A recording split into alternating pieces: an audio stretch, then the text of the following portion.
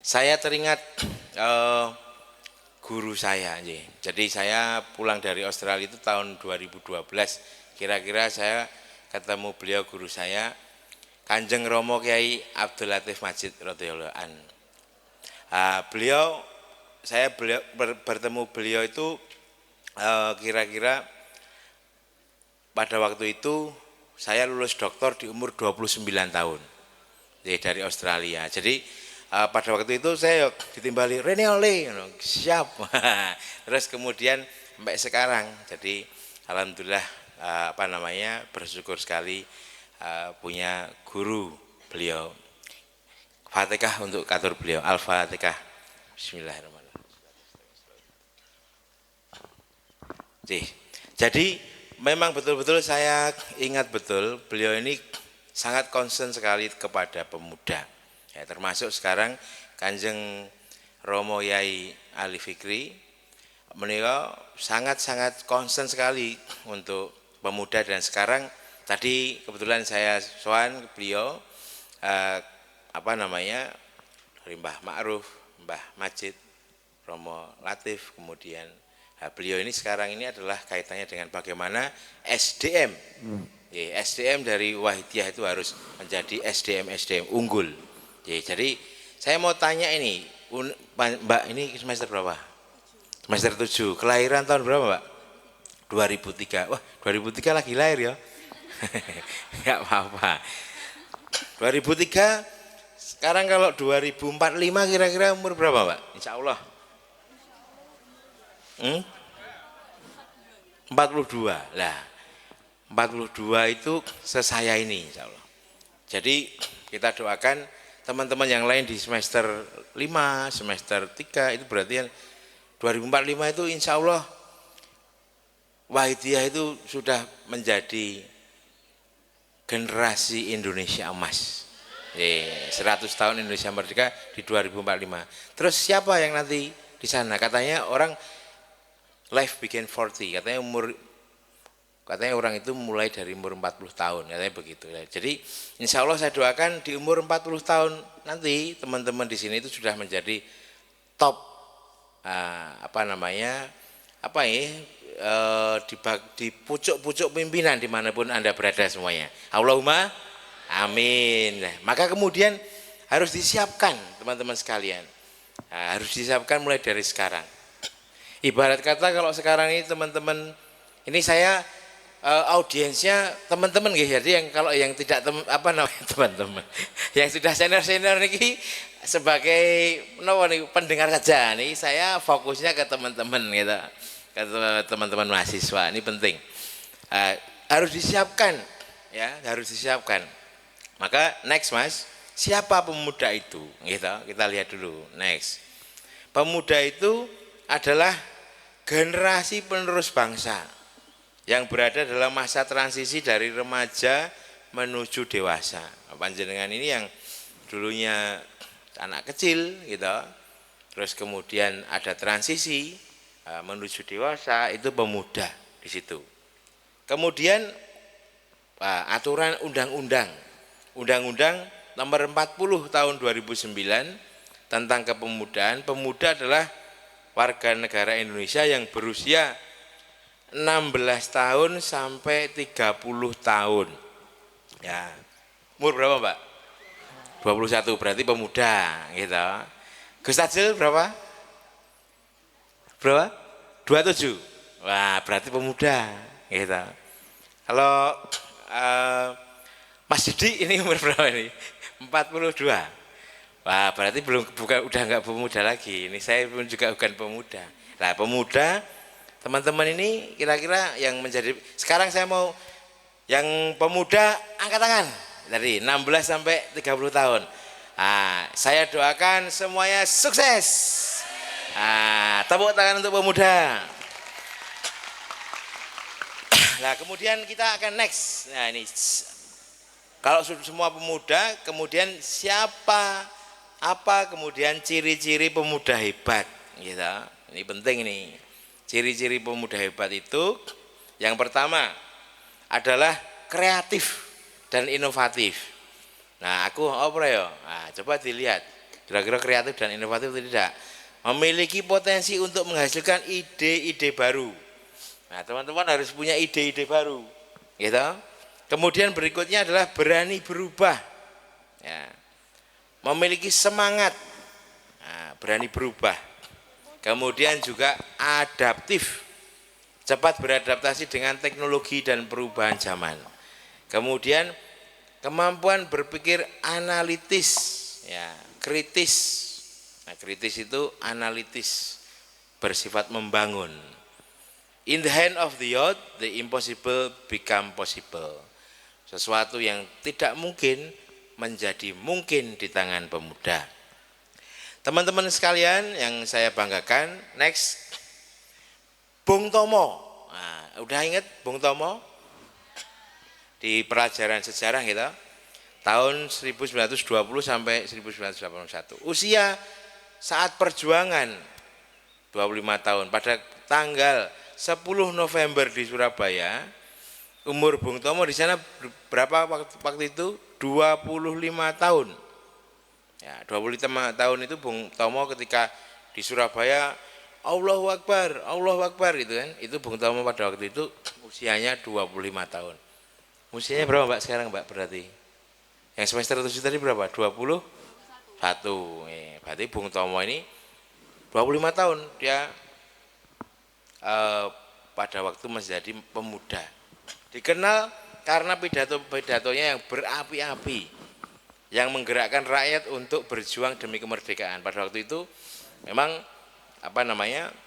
peran pemuda untuk kemerdekaan itu luar biasa sekali. Kemudian apa yang bisa kita pelajari dari Bung Tomo gitu, ketika dia umur 25 tapi adalah berani untuk memimpin, mulai dari komunitas kecil, gitu. Komunitas kecil, teman-teman kan mesti punya komunitas nih. Komunitas contohnya di penggemar motor CB, enggak apa-apa.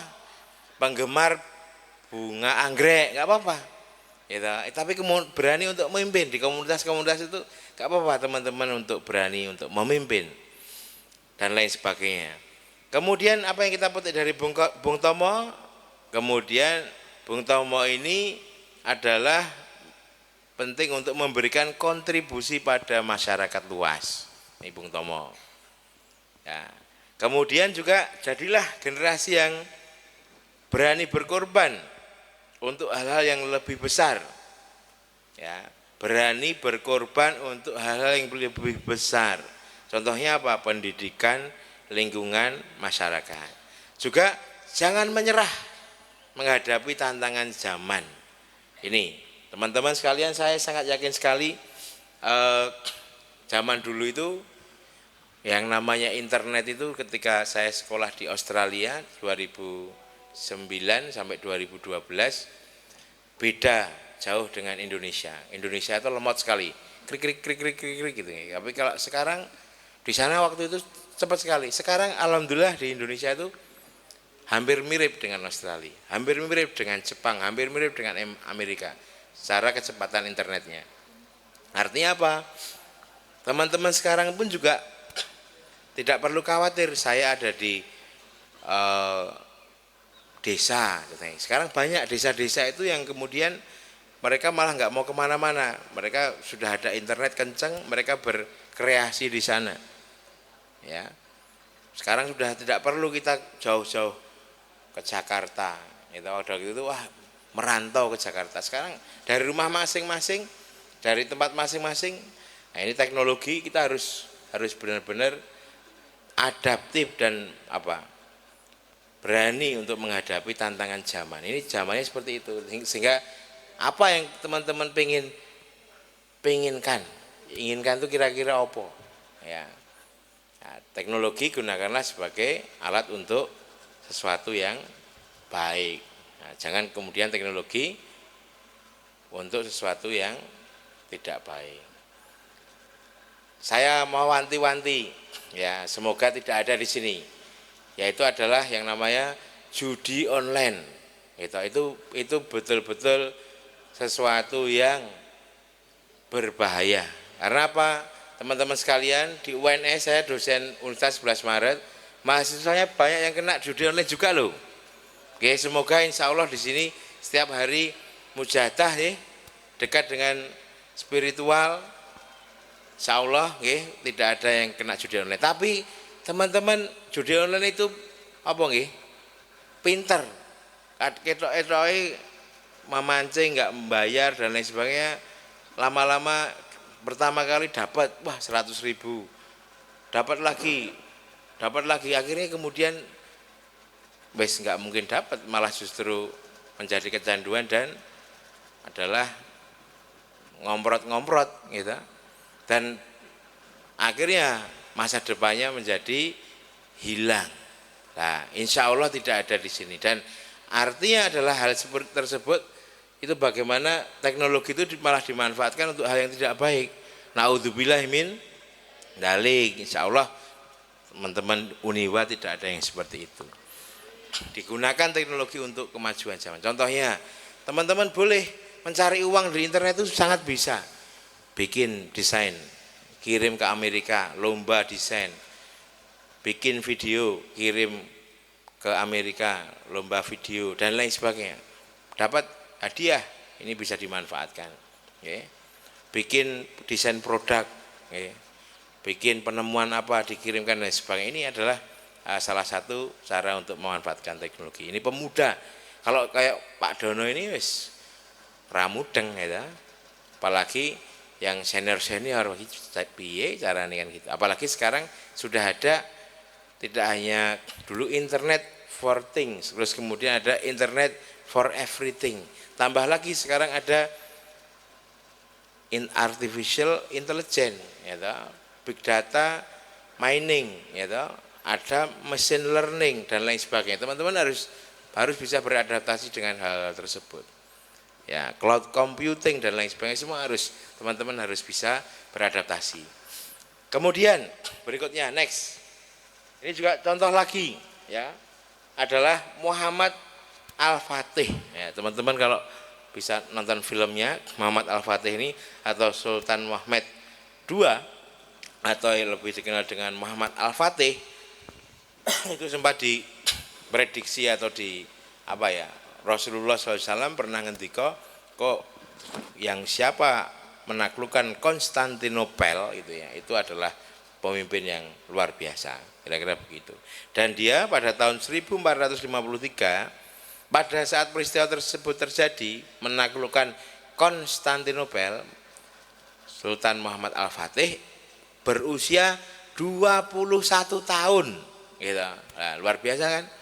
21 tahun sudah bisa menaklukkan Konstantinopel. Itu tadi, pemuda itu sesuatu yang tidak mungkin, bisa mungkin kalau pemuda yang melakukan. 21 tahun. Nah, di sini adalah menjadikan simbol keberanian. Muhammad Al-Fatih simbol keberanian. Juga simbol keteguhan hati kaum muda. Kemudian juga simbol strategi yang matang. Ini pemuda. Pemuda itu juga tidak melulu harus gerusa-gerusu, gitu. Pemuda itu juga penuh dengan strategi, itu harus pemuda. Kemudian Al-Fatih ini mengajarkan bahwa memiliki visi besar, mimpi besar, cita-cita besar sejak muda ini adalah menjadi kunci untuk mencapai hal-hal luar biasa. Oke, sekarang saya mau tanya nih, teman-teman sekalian, sing ditekoki kok baik terus ya toh, mosok mesake. Sekarang Mas Genti, Mas. Sini Mas. Monggo Mas, sini Mas. Tuh yang pakai lambi biru. Sini Mas. Panjenengan itu loh. Ngatung, itu loh. Mas. Ayo Mas ya kira nih. Tepuk tangan dulu nih, itunya nih.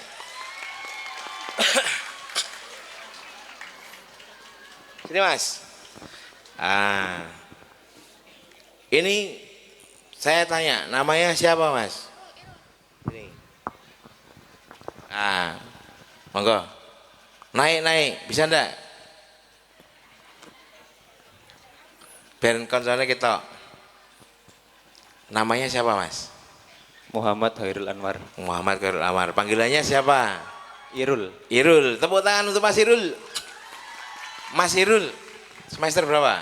Semester 5. 5. Jurusan? Pertanian. Pertanian. Asalnya? Malang. Malang. Wes, saiki aku metekon. Saya nggih aja do ai-ai sik to. Ki penting ini. Saya juga mungkin nanti akan panjenengan bertanya dalam diri panjenengan sendiri semua. Mas Irul, cita-citanya apa? Loh, ini penting. Ini menurut Muhammad Fatih, Muhammad II atau Sultan Fatih, ya, itu harus berani untuk mempunyai cita-cita besar sejak dini. Nah, sekarang saya mau tanya, panjenengan udah semester 5 nih, cita-citanya apa? Menjadi petani yang sukses. Nah, tepuk tangan. Nah, ini bagus ini. Menjadi petani yang sukses. Nah, saya mau tanya, saya tadi sebelum ke sini tadi ngobrol sama Pak Didi ini. Pak Didi itu punya kita tadi kontak-kontakan pengen menjadi Ketua HIPMI Jawa Tengah ya Pak Didi ya. Temannya tadi, Himpunan Pengusaha Muda Jawa Tengah. Itu cerita aset saya itu berapa tadi? 100 berapa tadi? 190 miliar ya. 190 miliar di usia muda. Ngerti lah pekerjaannya apa? Petani pisang. Nah, petani pisang itu di usia muda menjadi petani pisang, asetnya 190 miliar. Bayangkan. Dan itu mesti akan lebih naik lagi. Oke. Jadi panjenengan cita-citanya adalah petani sukses. Di usia berapa menjadi petani sukses? Pertanyaan saya. Teman-teman punya cita-cita sendiri-sendiri ya. Tak tekohi cita-citanya apa, Mbak? Sudah semua apa cita-citanya? Semua harus punya ya. Punya cita-cita semua ya. Nah, sekarang untuk mewujudkan cita-cita berapa tahun lagi kira-kira? Ini kudu harus mempunyai suatu apa ya, strategi. Nak zaman biyen cita-citanya apa? Berguna bagi nusa bangsa keluarga. Wes biasa itu. Wes tidak terukur gitu, tidak terukur. Cita-citanya apa? Membahagiakan orang tua, wes tidak terukur caranya piye kan gitu, enggak apa-apa. Itu pun juga enggak apa-apa itu. Berguna bagi nusa harus begitu. Tapi kita pengen cerita cara berpikir supaya semua itu terukur. Panjenengan tadi pengen menjadi petani sukses, itu luar biasa, bagus. Nah, sekarang umurnya berapa Mas Irul? 21. 21. Pengen menjadi petani sukses, cita-cita petani sukses di umur berapa? Di umur 35. 35. Tepuk tangan dulu. Ya. 35 cita-citanya umur 35 petani apa Mas? Segalanya Pak. Segalanya, wah ya apa-apa, apik gitu. Berarti itu berapa tahun lagi itu? Kalau sekarang 21, 35 berapa tahun lagi Mas? 14. 14 tahun. Nah, sekarang teman-teman sekalian juga ini nggih, tadi kan sudah punya cita-cita sendiri. Semoga hari ini minimal kalau belum punya cita-cita cepet-cepet untuk mikir cita-citanya apa. Contohnya kayak Mas Irul, sarjana pertanian. Saya cita-cita Mas Irul jadi dokter, wah rada angel. Lah wis dadi pertanian apa dadi dokter gitu. Kecuali jenengan duwe cita-cita bojo dokter apa-apa iso sampean. Nah, gitu. Nah, sekarang pertanyaan berikutnya. Semua udah punya nggih? Jadi cita-cita yang realistis, yang terukur, yang berstrategi. Sekarang 14 tahun lagi panjenengan akan punya segalanya tadi gitu. Petani macam-macam. Asetnya banyak. Sekarang saya mau tanya, Mas, kira-kira untuk mewujudkan hal tersebut 15 tahun lagi itu terwujud, saya mau tanya, kira-kira 5 tahun lagi minimal harus bagaimana? 5 tahun lagi. Ya tentunya dengan mempersiapkan dari segi akademik maupun non akademik. Nah, oke, mempersiapkan semester berapa saya? Semester 5. 5 tahun lagi. Kesuwen no, Mas. Soal 5 tahun lagi lulus. 5 tahun lagi apa selain itu? 5 tahun itu sudah S2 misalkan. Oh ya, tepuk tangan nih, ya bagus. Ya, bagus. Dari 5 tahun itu sudah lulus nih. Oke, sekarang teman-teman juga harus memperhitungkan 5 tahun lagi aku kudu ngopo ki. Terus berikutnya lagi adalah setahun lagi kira-kira Mas Irul kudu ngapa Mas? Nak menyukseskan cita-cita 14 tahun lagi jadi petani sukses. Setahun meneh kuwi kudu ngapa? Skripsi, Pak. Skripsi. Ah, kudu rampung skripsi ya itu ya. Oke, baik. Kita turunkan lagi. Bulan ini kudu ngapa Mas? Ben mewujudkan cita-cita musuh ben. Melakukan perubahan menjadi yang lebih baik dari hari kemarin. Oke, tepuk tangan. Bulan ini harus berubah. Seminggu. Seminggu sesuk meh kudu ngapa kowe?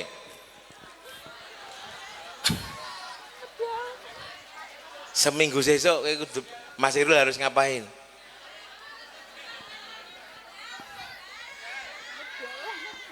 Apa Mas Irul? Loh kok malah bingung ini? Apa Mas? Ayo Mas, seminggu lagi apa yang dilakukan supaya mencapai cita-cita menjadi petani sukses?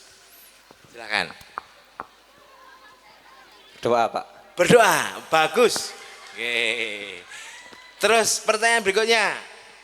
Hari ini jenengan meh kudu piye? Hari ini kalau sudah begitu apa yang mau dilakukan hari ini? Setelah dari sini nanti. Menyusun niat, memperbaiki niat mulai dari sekarang. Alhamdulillah. Tepuk tangan buat Mas Irul nggih. Kita doakan cita-cita Mas Irul menjadi petani berskala nasional, sukses terkabul oleh Allah Subhanahu wa taala. Amin ya rabbal alamin. Selamat Mas. Ya, oke. Mau tak kei sangu Mas. Oke. Ya. Tepuk tangan untuk Mas Irul. Baik. Sukses ya Mas ya. Nggih, ayo monggo silahkan. Nah ini luar biasa Mas Irul ini tadi sudah cetok gitu. 15 tahun pengen jadi petani sukses tingkat nasional. Nah, luar biasa. Teman-teman saya harap seperti itu. Karena apa? Karena tadi Muhammad Al-Fatih itu menaklukkan Konstantinopel di usia 21. Ini perlu dipikirkan secara jeli, cermat gitu ya. Aku kudu ngopo? Kalau begitu 5 tahun ke depan aku kudu ngopo? 3 tahun ke depan harus ngapain? 1 tahun ke depan harus ngapain? Itu menata hidup. Ya, menata hidup untuk mencapai tujuan. Walaupun kemudian main propose God dispose, artinya adalah kita hanya bisa berikhtiar. Allah yang menentukan, ya. Jangan merasa karena usaha kita menjadi berhasil, tapi karena itu adalah paringane Allah Subhanahu wa taala. Akan tetapi Allah juga akan melihat bagi hamba-hambanya yang berikhtiar, yang sungguh-sungguh, lah disitulah kita itu berikhtiar di situ. Oke, teman-teman sekalian. Nah, kemudian berikutnya, next. Ini juga besar. Tokoh besar, yaitu adalah Imam Syafi'i. Imam Syafi'i itu usia 7 tahun sudah hafal Al-Quran. Kemudian juga pada waktu 10 tahun dia sudah hafal kitab Al-Muwatta karena Imam Malik. Pada usia 15 tahun sudah mampu berfatwa permintaan para ulama dan siapa saja yang membutuhkannya. Nah, kemudian ia akan berfatwa setelah menghafal 10.000 hadis. Jadi di usia 15 tahun Imam Syafi'i ini sudah hafal 10.000 hadis.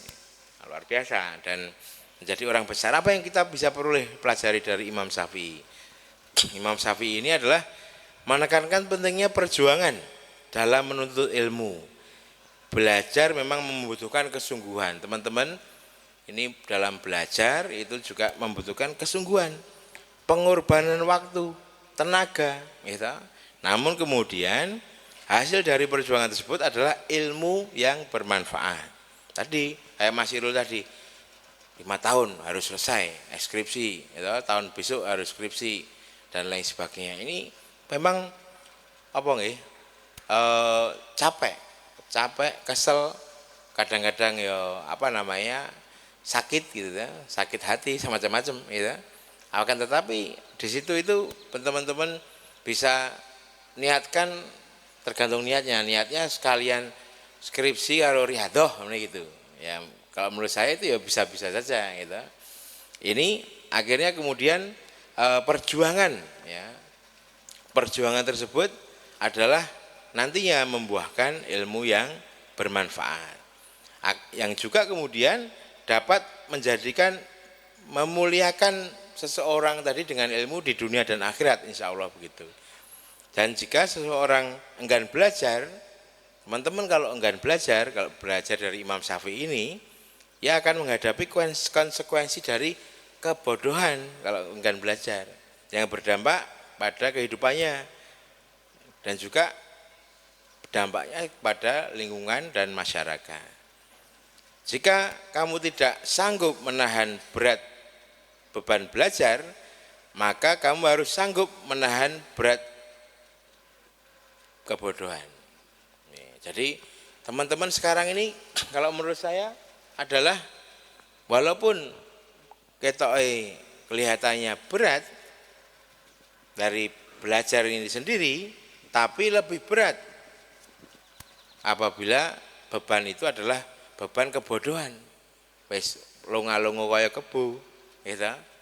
Tak Jawaan bahasa Jawanya kan begitu, longa-longo kaya kebu, dihapusi wong ngalor ngidul, enggak ngerti apa-apa dan lain sebagainya. Itu akan kemudian lebih berat bebannya daripada teman-teman sekarang yang belajar sekarang. Berat beban sekarang, tapi kemudian nanti akan menjadi apa? Mulia. Insya Allah. Semangat ya. Nah, berikutnya, nah ini adalah Kanjeng Romo Yai Abdul Latif Majid. Ini beliau sangat-sangat concern sekali kaitannya dengan pemuda. Beliau ngendika, bahwasanya pemuda ini adalah kekuatan masa depan yang harus dibangun dengan iman, ilmu, dan akhlak. Nah, kemudian beliau pernah ngendika bahwasanya jadilah cahaya, ya, nur bagi masyarakat. Juga rendah hati dalam keberhasilan dan teguh dalam menghadapi tantangan. Ini disarikan dari ngendika beliau yang kita bisa lihat sekarang di YouTube itu nggih. Sekali lagi saya tidak perlu berpanjang lebar tentang beliau, kita kirimkan Al-Fatihah. A'udzubillahi minasyaitonir rajim. Bismillahirrahmanirrahim. Shiratal mustaqim. Shiratal ladzina an'amta. Semoga teman-teman pemuda-pemuda Waithiyah insya Allah nanti mencapai Indonesia Emas 2045 dan terus saya terus. Nah, next. Ini saya itu. Nah, kalau saya tadi saya sampaikan ini kebetulan yang membuatkan asisten saya PPT-nya ini, terus kemudian menurut teman-teman asisten saya ini saya dianggap ilmuwan, gitu.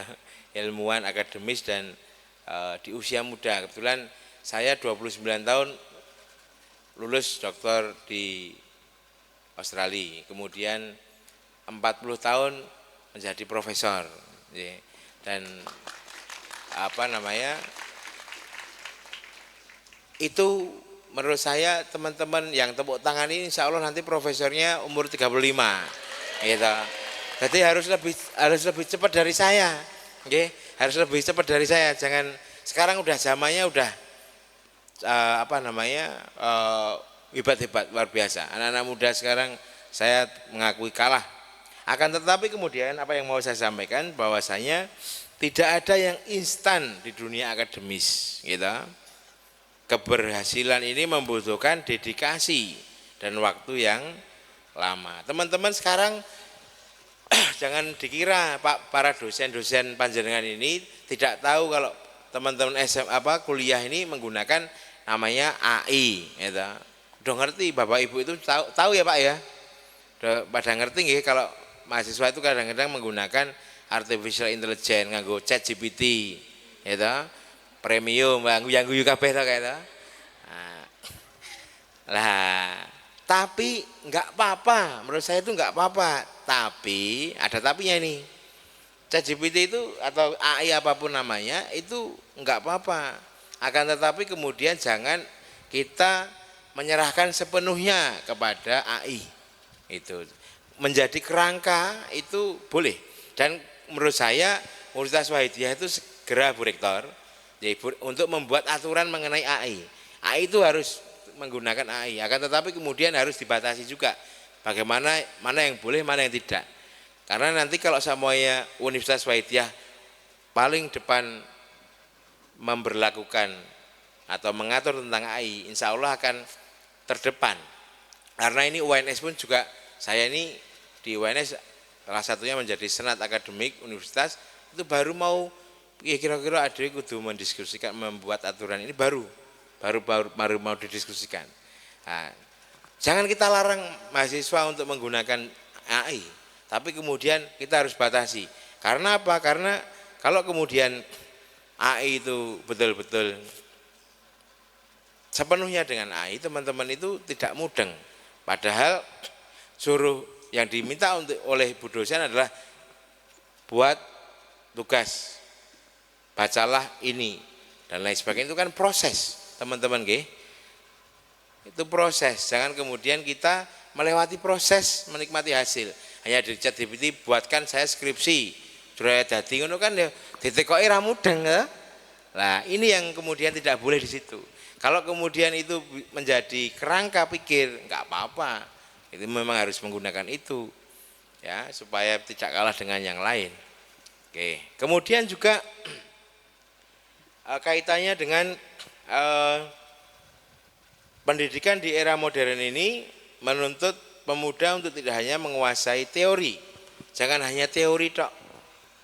Saya pernah dengan dikani Kanjeng Romo Yai Abdul Latif Majid. Kowe iki akuntansi, saya itu kebetulan di akuntansi. Aja mung apa? Ngitung duite wong, teori tok itu. Harus kemudian kita praktekkan di masyarakat. Ya, dengan kemudian kita menjadi konsultan, kemudian menjadi apapun lah ya, di luar itu bisa dipraktekkan. Atau kemudian tadi teman yang Mas Irul tadi ya, Mas Irul ya, itu sarjana pertanian ya jadi petani sukses. Nah, ini adalah bagaimana tidak hanya berteori, tapi kemudian juga kaitannya dengan mampu berinovasi menghadapi tantangan di masyarakat. Ya, walaupun nanti mungkin dari teman-teman sekian mahasiswa Uniwa itu ada yang menjadi akademisi, nggak apa-apa. Ya, tapi di akademisi pun menjadi seorang dosen pun juga harus mengimplementasikan ilmunya. Next, kemudian berikutnya adalah peran pemuda hari ini. Tahun 2023 BPS ini tahun BPS terbaru belum mencatat bahwasanya usia pemuda 16 sampai 30 tahun di Indonesia mencapai 64,16 juta jiwa. Banyak banget nih. Kalau kemudian pemilu ini ya menangan gitu. Silent majority, menang tapi menentukan. Setara dengan 23,18 dari total penduduk. Banyak. Juga Kementerian Pemuda Olahraga melaporkan bahwasanya IPP nasional meningkat dari 56,33 menjadi meningkat menjadi 56,33. Intinya adalah di sini menunjukkan kemajuan dari berbagai aspek kehidupan pemuda. Pemuda-pemuda sekarang ini meningkat indeks prestasi pemudanya. Ini juga menjadi penting teman-teman sekalian bahwasanya lebih dari separuh pemuda Indonesia itu terkonsentrasi di Pulau Jawa, termasuk Jawa Timur ini. Itu dengan presentasi 54,69% pemuda Indonesia itu ada di Pulau Jawa. Jadi ini yang kita sebut dengan bonus demografi. Kalau saya pergi ke Jepang, itu pemudanya sidik, anak kecilnya juga sedikit. Pergi ke Inggris itu pemudanya sedikit, banyaknya orang IPB teman-teman sekalian. IPB itu apa? India, Pakistan, Bangladesh. Nah, IPB karena mereka perlu kerja kan, perlu pajak, hingga yang pekerjanya didatangkan dari imigran. Nah, orang Inggrisnya itu adalah apa? Satu, non sewu, jangan terprovokasi oleh film-film Hollywood dan lain sebagainya. Ya, apa? Satu, tidak mau menikah, tidak mau menikah. Kemudian yang kedua apa? Ini apa namanya, terjadi angin, ini menandakan bahwasanya apa itu namanya, insya Allah teman-teman mendapatkan barokah ya. Kan hawane enak banget kayak ini nggih. Mboten sumo gitu. Silir-silir gitu. Terus insya Allah mendapatkan barokah. Saya ulangi lagi teman-teman sekalian. Jadi negara-negara termasuk di Jerman ini nggih. Jerman itu populasi asli Jermannya itu sekarang sudah di beberapa kota sudah kurang dari 50%. Bahkan ada yang 30%. Besar entek. Karena mereka apa? Satu, LGBT, naudzubillahi min dzalik. Kemudian yang kedua apa? Ora ndang do nikah. Nah, kemudian kalau nikah mereka mempromosikan tidak punya anak. Nah, itu bahaya itu. Bahaya. Nah, sekarang Indonesia makanya kita perlu kampanyekan apa teman-teman sekalian? Ndang nikah, gitu. Nah, itu penting. Tapi ya jangan kemudian ndang-ndang gitu. Ndang tapi ojo ndang-ndang. Ya kira-kira umur yang kalau sudah selesai kuliah jangan lupa untuk nikah. Karena apa? Karena nikah itu satu adalah sunnah Rasulullah, separuh dari agama. Dan kemudian apa? Ternyata itu bagian dari strategi juga.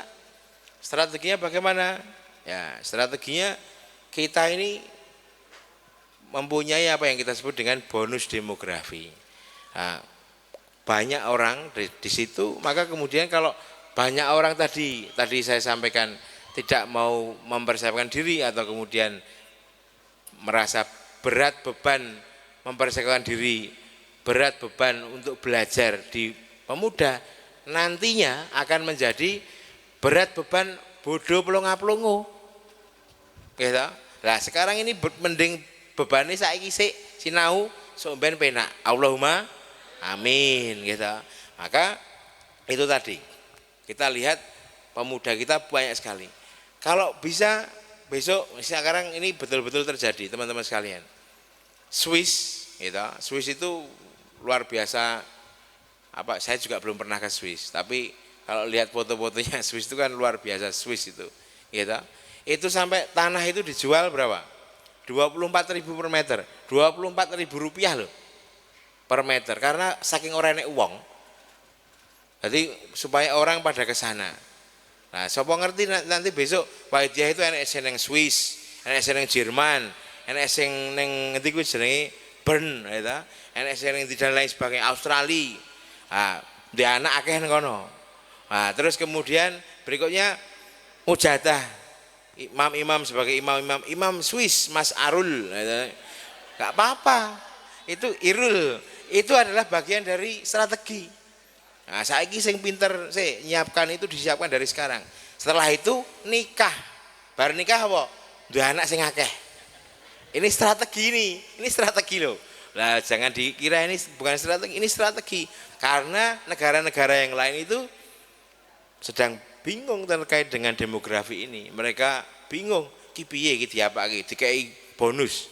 Di Australia itu nggih, teman-teman sekalian, kalau melahirkan di Australia dikasih baby bird bonus, itu kalau dirupiahkan zaman dulu, saya enggak mengikuti sekarang, tapi zaman saya sekolah di Australia itu satu orang yang lahir di Australia dikasih 100 juta rupiah. Nggih 100 juta. Saking orang yang sing dong lahir ki. Termasuk orang Indonesia, anak saya itu lahirnya orang Australia, lahirnya di Bali, waktu itu ibunya hakim di Bali. Kalau lahir di Bali, lahir di Australia, walaupun kita orang Indonesia, dia kan nanti warga negaranya bisa memilih Australia atau Indonesia. Kalau Indonesia kan menganut itu. Nah, itu sampai dikasih bonus. Nah, maka kemudian untuk strategi teman-teman sekarang menyiapkan itu dengan baik. Wes lulus, apik, ndang nikah. Tapi ojo ndang-ndang, ya. Nah, setelah ndang nikah, kemudian banyak anak, ya tapi juga ojo akeh-akeh juga.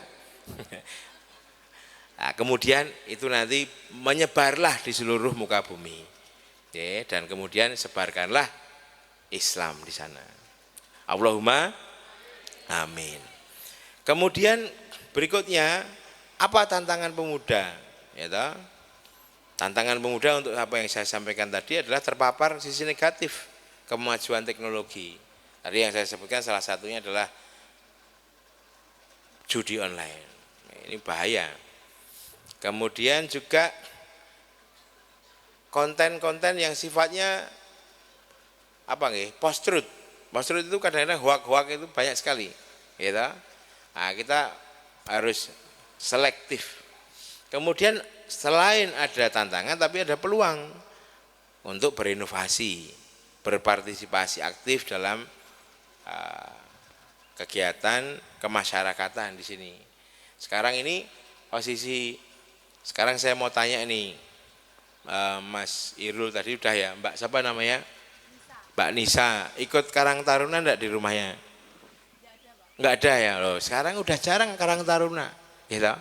Nah ini sekarang monggo sekarang kita bikin kegiatan-kegiatan kemasyarakatan bisa dimulai dari pengajian remaja Waithiyah, kemudian setelah itu nanti ada kegiatan Karang Taruna dihidupkan karena teman-teman sekarang ini lebih senang untuk bermain HP daripada Karang Taruna. Zaman biyen kan beda. Ini peluang Anda untuk bisa memasuki, mewarnai, ya teman-teman bisa mewarnai dari hal-hal yang hilang dari next. Next, Mbak. Nah, ini pemuda dan kemandirian bangsa. Ini adalah pemuda ini merupakan generasi penerus gitu, mewujudkan cita-cita bangsa. Untuk itu kaitannya dengan kemandirian itu kita tidak hanya ditentukan oleh kekuatan politik ekonomi saja. Tadi saya sowan Kanjeng Romo Ali Fikri, Kanjeng Romo Yai Ali Fikri berdiskusi salah satunya hal ini, bahwasanya kita ini tidak istilahnya harus mandiri lah, jangan mau untuk dijajah, kira-kira begitu. Ditentukan oleh kekuatan dari mainstream ekonomi dan politik, tapi ya jangan mau. Tapi kemudian paling penting adalah kualitas sumber daya manusianya, itu harus kita tingkatkan. Kalau sumber daya manusianya itu unggul, gitu pemudanya unggul, ini adalah dalam konteks strategi menentukan masa depan bangsa. Kalau panjenengan ini nanti unggul, ojo gelem dicekoki dengan konten-konten negatif, dicekoki dengan judi online, dicekoki dengan hal yang merusak, tapi manfaatkan itu untuk sesuatu yang strategi meraih masa depan. Nah ini nanti saya harap Mas Didi bisa menyampaikan kaitannya dengan konten-konten ini. Ada teman saya nih, Pak Didi, juga pengen sharing gitu, sharing kaitannya dengan konten-konten ini, karena Pak Didi ini adalah direktur Solo Bersimfoni. Nanti sangat teknis sekali bagaimana kita bisa menghalau konten-konten negatif terkait dengan ilmu-ilmu trik-trik tertentu supaya menangkal konten-konten negatif. Kemudian juga teman-teman kalau sudah mandiri itu bisa jadi apa? Nah, sekarang banyak orang mengatakan saya ingin mandiri, selalu dipikirkan adalah mandiri menjadi pengusaha, kan itu ya. Nah, padahal yang namanya mandiri itu tidak harus menjadi pengusaha loh. ya toh. Pengusaha salah satunya. Mandiri itu contohnya panjenengan teman-teman ini bisa contoh ya, bisa menjadi pemberdayaan masyarakat secara mandiri. Ini bisa. Kemudian tadi menjadi pengajar secara mandiri. Contohnya jadi pengajar TPA. Itu jangan melihat wah kita jadi pengajar TPA, tapi di situ ada kemanfaatan yang luar biasa. Kemudian contohnya lagi, teman-teman bisa menjadi tadi contohnya seperti Mas Irul, petani, ya itu kemandirian di sektor macam-macam. Kemudian ada lagi teman-teman mandiri menjadi atlet, itu mandiri loh, ya toh? Menjadi seorang ilmuwan itu juga mandiri loh. Nah, tidak semua kemandirian itu identik dengan pengusaha. Akan tetapi sekarang ini kita ini selalu menjadi pengikut saja. SDM kita itu hanya SDM follower saja. Nah, kita ini sementara ini hanya bayar saja, pembeli saja, tapi belum menjadi produsen. Saya mau cerita nih teman-teman sekalian. Saya pernah ke Shenyang China. Itu ketemu sama Menteri Talent. Jadi di Cina itu ternyata ada Kementerian Talenta. Jadi ada orang yang akan dilihat talentanya apa? Talentanya membuat gunting. Ya sudah. Jadilah mandiri membuat gunting. Sekarang saya mau tanya, gunting sajane nek digawe gampang mboten? Gampang kira-kira wis ngono ketok. Tapi hampir 90% gunting yang beredar di Indonesia ini itu adalah made in China. Peniti wis ngono ae. Peniti niku made in China kabeh lho. Lah ngopo mosok orang Kediri enggak ada yang bisa bikin peniti? Mesti bisa. Tapi kenapa kok tidak kemudian dikembangkan membuat peniti? Apa meneh? Apa iki? Nelap muka, apa sih namanya? Sapu tangan. Itu aja mosok ya made in China. Ya kan? Ya walaupun ada di tempat kita yang kemudian tidak banyak dan lain sebagainya. Monggo digali. Panjenengan itu apa talentanya apa? Talenta itu bisa macam-macam. Bisa jadi atlet contohnya. Saya pengen jadi atlet. Oke. Dadi atlet justing tenanan, atlet apa? Atlet sepak bola ya latihan bener-bener harus tenanan gitu. Tapi karena kita ini setengah-setengah, akhirnya kemudian SDM-nya enggak jadi. Maka dari awal itu harus betul-betul pengen dadi apa? Tadi loh, cita-citanya apa? Harus jelas, terukur. Kalau kemudian untuk bisa mewujudkan itu harus bagaimana? Itu harus terukur. Oke? Betul? Ya, insya Allah. Nah, maka kemudian SDM-nya harus terampil, pemudanya harus kreatif. Dan sekarang juga Pak Didi ini sebentar lagi insya Allah kita doakan nggih. Itu tanggal 15 Januari besok akan ujian doktor akuntansi. Ya, tepuk tangan nih. Dan Pak Didi ini salah satu disertasinya adalah mengenai ekonomi industri kreatif. Nah, ini juga baru nih di Indonesia. Kinerjanya biasanya kinerja keuangan. Ini Pak Didi ini membuat kinerja kreatif.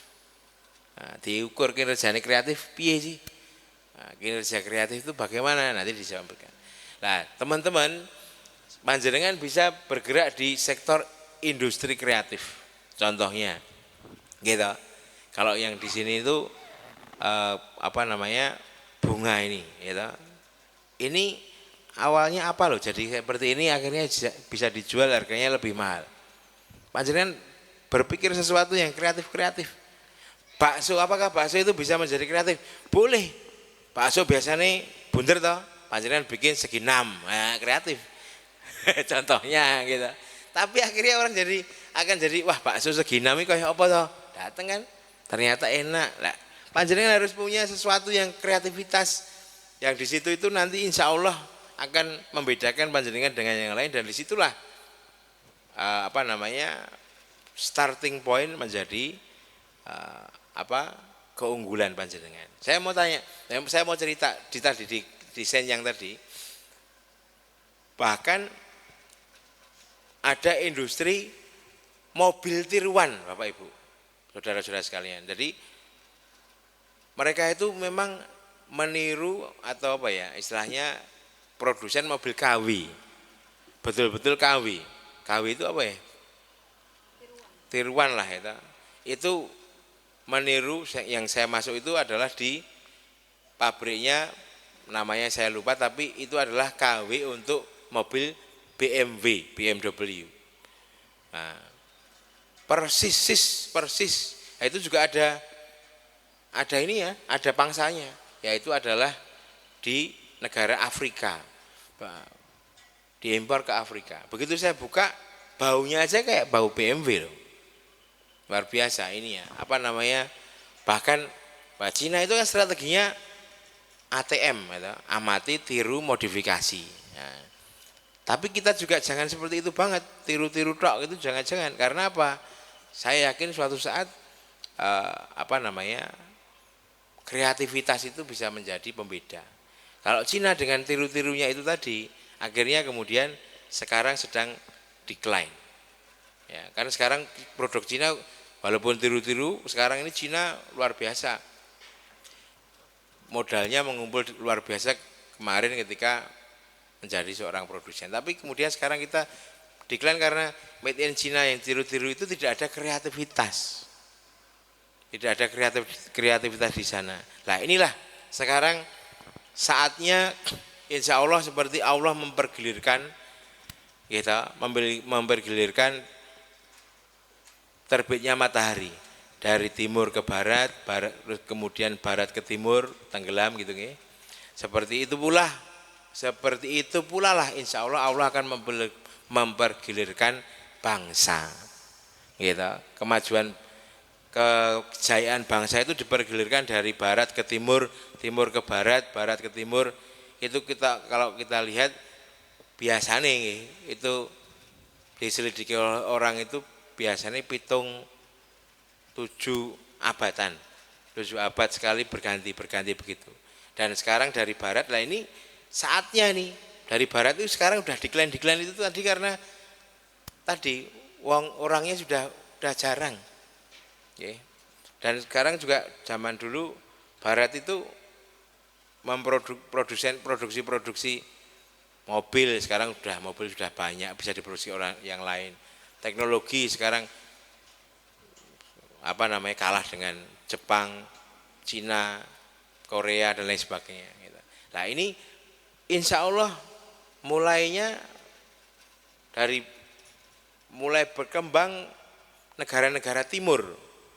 Teman-teman sekalian, timur itu yen ora Cina, yen ora India itu juga luar biasa loh. India itu sekarang inovasinya luar biasa. Teman-teman ini juga tadi saya sampaikan, Cina itu karena dia sudah hampir kalah dengan India karena dia tidak berinovasi. Nah, atau Indonesia. Nah, sekarang Indonesia itu mau dininabobokan dengan tidak berinovasi atau berinovasi. Kalau berinovasi, panjenengan semua bisa menjadi Indonesia emas 2045. Nah, untuk ke situ, untuk mikir ya mumet toh. Maka Pak Prabowo berinvestasi, anak-anak muda ini dari sekarang diberi namanya gizi, ini itu. Larlere atau pola pikirnya beliau ini karena tadi stunting dan lain sebagainya itu akhirnya menjadikan teman-teman itu orang anak-anak muda nantinya susah untuk berinovasi karena mohon maaf kurang gizi. Gitu. Insya Allah kalau yang di sini gizinya luar biasa. Gitu. Nah sekarang tinggal mengembangkan inovasinya. Ini yang paling penting. Nah, ini makanya tadi adalah kemandirian pemuda itu menurut saya kata kuncinya adalah inovasi. Nah inovasi bisa macam-macam. Panjenengan bisa menjadi atlet harus berinovasi. Panjenengan bisa menjadi pengusaha harus berinovasi. Panjenengan bisa menjadi apapun berinovasi, termasuk juga politik. Panjenengan itu nantinya suatu saat teman-teman sekalian harus ada yang jadi politikus juga loh. Itu harus mandiri. Secara politik juga harus punya inovasi. piye supaya ini suatu saat 2045 ya insya Allah ya kita berdoa 20% lah itu 20% dari Pulau Jawa ini kepala daerahnya adalah Wahidiyah gitu nggih. Nah, ini penting gitu. Ini perpolitikan itu juga harus dimulai dari inovasi. Bagaimana kita harus pintar berstrategi untuk berinovasi. Ya. Kemudian saya menyimpulkan, next Mas. Sudah mau menyimpulkan bahwasanya kesimpulannya satu, pemuda dan teknologi itu menjadi satu yang kaitannya erat. Kemudian di situ teknologi itu bisa dimanfaatkan. Teknologi hanya alat. Akan tetapi yang paling penting adalah mindset. Mindset kita adalah supaya kita ini betul-betul berinovasi. Nah, berinovasi itu adalah menjadi satu strategi dalam rangka kita mewujudkan pemuda nantinya menjadi generasi penerus bangsa. Ini saya akan bukan berpantun tapi mungkin concluding remark gitu nggih. Pemuda yang berpendidikan dan berintegritas akan menjadi pondasi kokoh bagi tercapainya kemandirian dan kejayaan bangsa. Allahumma amin. Baik, ini saya nggak usah tepuk tangan dulu untuk saya karena belum selesai. Saya undang Pak Didi Prasetyanto. Monggo Pak Didi. Nah, sini. Tepuk tangan kalau ini tepuk tangan nggih. Nah, saya mau panjenengan menjelaskan apa yang tadi saya sampaikan tentang teknik-teknik dalam industri kreatif. Silakan. Tes. Bismillahirrahmanirrahim. Assalamualaikum warahmatullahi wabarakatuh. Wah, matur suwun Prof Dono. Yang saya hormati Bapak Ibu semuanya dan teman-teman semuanya. Oke, semangat pagi. Ya, oke, masih semangat semua kan? Oke, masih semangat. Jadi biasanya kalau di depan mahasiswa itu kan harus semangat gitu ya, harus semangat semuanya. Oke, mungkin waktunya nggak lama Oke, jadi pada kesempatan kali ini tadi ini sebenarnya mendadak. Saya juga tadi Prof Dono nanti kamu melu ngisi ya. Oh nggih Prof. Kebetulan Prof Dono ini adalah salah satu promotor saya juga di S3. Jadi ada 3 orang profesornya, salah satunya adalah Prof Dono. Jadi teman-teman tadi Prof Dono sudah menyampaikan banyak hal. Salah satunya adalah di sini terkait dengan peran pemuda dalam mewujudkan kemandirian bangsa gitu ya.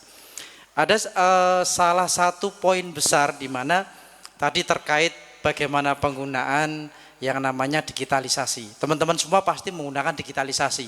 Saat ini kalau saya tanya teman-teman sudah menggunakan Meta AI belum?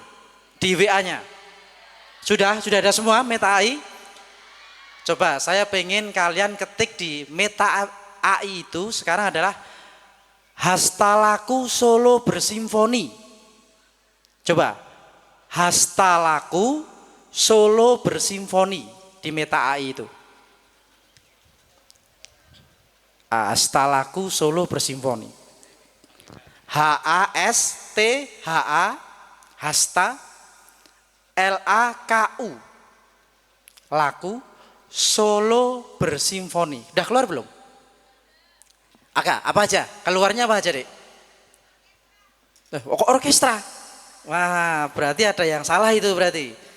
Ngetiknya salah itu.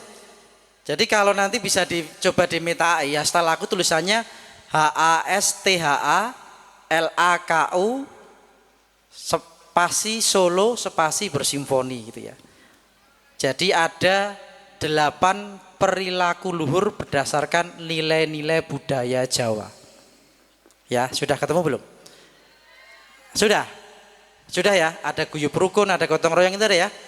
Ya, ada semua. Bapak Ibu semua dan teman-teman semua, ini teman-teman tadi ya Prof ya. Saya mau bilang bahwasanya ternyata bahwasanya terkait dengan bagaimana Indonesia Emas 2045, tadi Prof Dono sudah menyampaikan banyak hal. Bagaimana teman-teman harus mempunyai cita-cita, bagaimana di era digitalisasi kalian adalah Gen Z ini mampu menguasai yang namanya teknologi dan digitalisasi. Salah satunya kalau teknologi dan digitalisasi itu ya kalian bisa ada dua mata pisau di sini, memanfaatkan secara positif maupun memanfaatkan secara negatif. Salah satunya kalau memanfaatkan positif itu adalah dengan yang berkampanye tentang yang namanya hal-hal yang baik. Salah satunya tadi Prof. Dono bilang ke saya bahwasanya salah satu ciri pemuda itu ke depannya Gen Z itu ya. Kalian mungkin di kelahiran sampai 2012 eranya Gen Z itu. Salah satunya adalah bagaimana manfaatkan teknologi nanti ke depan itu adalah untuk membuat suatu bentuk inovasi. Industri kreatif tadi Prof. Dono udah bilang bahwa industri kreatif itu ada 16 subsektor gitu ya. Salah satunya banyak, ada seni rupa, ada kriya, terus ada namanya digitalisasi. Nah, digitalisasi itu adalah salah satu hal yang bisa teman-teman lakukan dengan hal mudah gitu ya. Bagaimana salah satunya nanti menyebarkan dari Universitas Wahidiyah ini nilai-nilai Wahidiyah biar dikenal di seluruh Indonesia gitu ya, dengan menggunakan misalkan TikTok, dengan menggunakan Instagram. Tapi dengan hal-hal yang positif. Nah, salah satunya teman-teman, tadi saya bilang Indonesia Emas 2045 adalah yang berkarakter. Sekarang anak pintar itu banyak Bapak Ibu semua dan teman-teman. Tetapi saya dulu berangkat bekerja sebelum diikut sebagai dosen luar biasa di UNS itu sebagai salah satu kerja saya di perbankan. Tapi saya sudah keluar. Karir saya terakhir di HSBC itu sebagai pimpinan cabang. Salah satu hal teman-teman yang harus kalian ke depan kuasai adalah bagaimana selain digitalisasi adalah karakter. Jadi saat ini kalau mau bekerja, nanti bekerja gitu ya. Salah satu yang ditanyakan itu track record dari digitalisasinya. Apa yang dilakukan selama digitalisasi? Apa hal-hal yang negatif atau positif gitu. Kadang kalau kita melihat yang utama memang nanti posisi dari akademisi juga penting. Tapi ada juga perusahaan yang akademisi itu nomor 2 kan juga ada. Yang penting adalah karakternya. Nah, karena ke depan dengan adanya era nanti apalagi 2025 era habis alfa, eta, beta, semuanya terkait dengan digitalisasi. Makanya tadi disebutkan bahwasanya untuk menggunakan digitalisasi itu adalah dengan cara yang namanya hasta laku tadi. Ada yang namanya guyub rukun, gotong royong, tepo sliro, lembah wanah, iwuh pakewuh, pangerten, anda pasar, tepo sliro. Ini nilai Jawa. Sebenarnya nilai Jawa. Ini adalah nilai Solo Bersimfoni. Ini sebenarnya dulu Gus Tajul ini pernah menjadi salah satu pas di Solo. Kita sering ini Gus ya. Ini menjadi salah satu relawan Solo Bersimfoni. Dari tim Solo Bersimfoni juga yang mengkampanyekan nilai-nilai Jawa. Terima kasih Gus Tajul. Dulu pernah di Solo ikut mengkampanyekan juga. Nah, ini adalah nilai-nilai Jawa yang memang bisa dilakukan adaptif terutama untuk digitalisasi dan juga untuk melakukan suatu bentuk bisnis termasuk dari sektor kreatif tadi. Bagaimana kita membuat suatu saat ini adalah ide-ide kreatif itu dengan yang namanya ide dari Jawa gitu. Salah satunya adalah bagaimana tadi Prof. Dono membuat yang namanya bakso tadi. Bakso pertamanya bulat dibuat segi 6. Tapi kita akan memasukkan nilai di situ. Segi 6. Kenapa harus segi 6? Oh, segi 6 ini mengandung sebuah nilai. Sekarang kan dijual kadang kan tidak hanya baksonya tapi suatu nilainya. Orang mencari viral mau mencari bakso sampai ke misalkan Jawa Timur, Surabaya itu bakso ini misalkan namanya unik, nilainya yang unik. Misalkan segi 6 tadi mengandung nilai-nilai hasta laku tadi atau nilai-nilai dari mungkin hal positif yang lainnya. Nah, ini adalah salah satu sudah masuk ke dalam bentuk kinerja kreatif seperti itu. Ya mungkin sedikit dari saya Prof. Dono, mungkin seperti itu yang bisa saya sampaikan. Mohon maaf ini tanpa materi. Tadi baru saja ini oleh Prof. Dono. Mungkin itu Prof. Dono. Tapi saya juga ini tadi menggunakan AI juga Prof. Tadi sebelum Prof. Dono karena pakai pantun, saya tadi bilang ChatGPT, tolong buatkan saya pantun yang bertema pemuda Wahidiyah. Keluar Bapak Ibu dan teman-teman. Jadi ini pantunnya. Nanti bilang cakep juga ya. Oke ya. Pagi cerah elok pandangannya. Mentari bersinar hangat menyapa. Inovasi berpadu nilai agama. Pemuda Wahidiyah jadikan bangsa berjaya. Oke. Jeh, itu adalah teman-teman semua nanti Indonesia Emas 2045. Jeh, matur suwun Prof. Beno. Jeh. Baik, kita kembali ke sesi tanya jawab. Kami akan memberikan kesempatan maksimal 5 pertanyaan. 2 pertanyaan dari mahasiswa Universitas Wahidiyah dan 3 pertanyaan dari peserta umum. Bagi yang ingin bertanya, silakan angkat tangan. Setelah saya tunjuk, silakan untuk sebutkan nama, asal instansi dan juga pertanyaannya. Baik, kepada peserta yang ingin bertanya kami persilahkan. Oke. Boleh minta tolong angkat tangan? Itu, kakaknya yang memakai jilbab warna krem. Silakan minta tolong mic-nya panitia.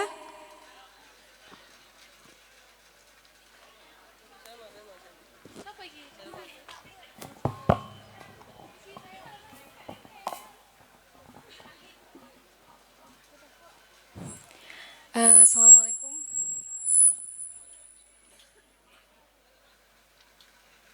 Assalamualaikum warahmatullahi wabarakatuh. Perkenalkan, nama saya Mujahidah Ulaya Salma dari Fakultas Ekonomi semester 7. Di sini membahas tentang judi online tadi. Saya kan nggak mondok ya, saya di rumah. Dan lingkungan saya tuh banyak sekali pemuda yang main judi online. Hampir semuanya tidak terkecuali itu yang cowok. Nah, sebagai pemuda, apa sih yang bisa kita lakukan untuk mengajak teman-teman kita untuk menjauhi judi online tersebut dan lebih fokus kepada pengembangan diri? Terima kasih. Baik, terima kasih untuk pertanyaannya, kami tampung dulu. Silakan yang ingin bertanya lagi. Tadi sudah ada 1 dari mahasiswa Universitas Wahidiyah ya. Wah, ternyata teman-teman ini sangat antusias sekali. Oke, kita ulangi lagi. 1, 2, 3. Silakan untuk kakak sebelah sana. Perwakilan yang laki-laki dari Universitas Wahidiyah, silakan.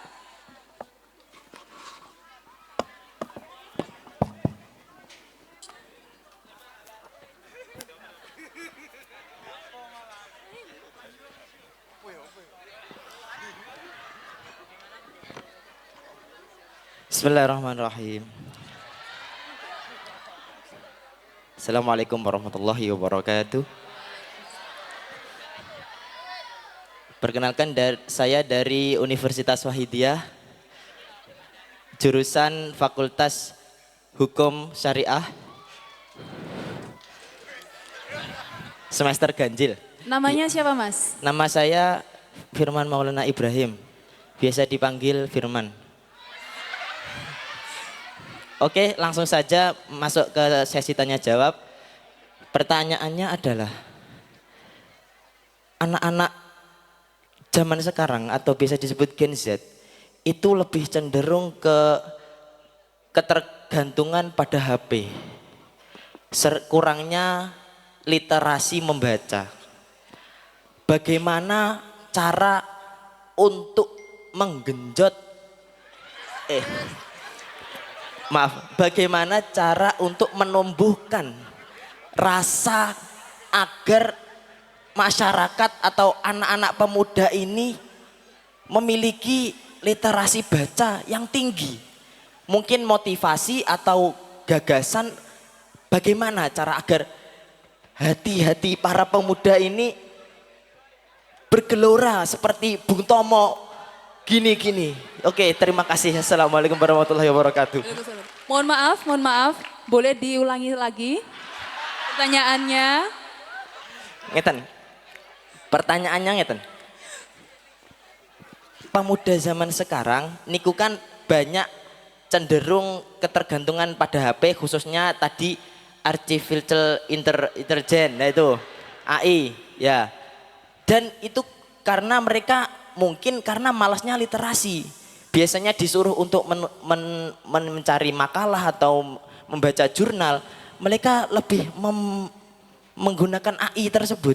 Nah, Karena simpel. Lah, itu saya pertanyaannya adalah bagaimana agar pemuda zaman sekarang itu bisa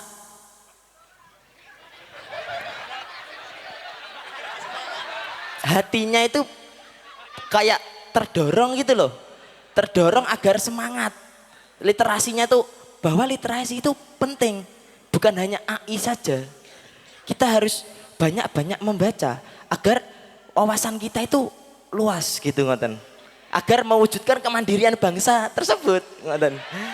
Terima kasih. Baik, terima kasih atas pertanyaannya. Selanjutnya, ya silakan yang ingin bertanya, angkat tangan. Kita beri kesempatan dulu kepada peserta umum. Silakan.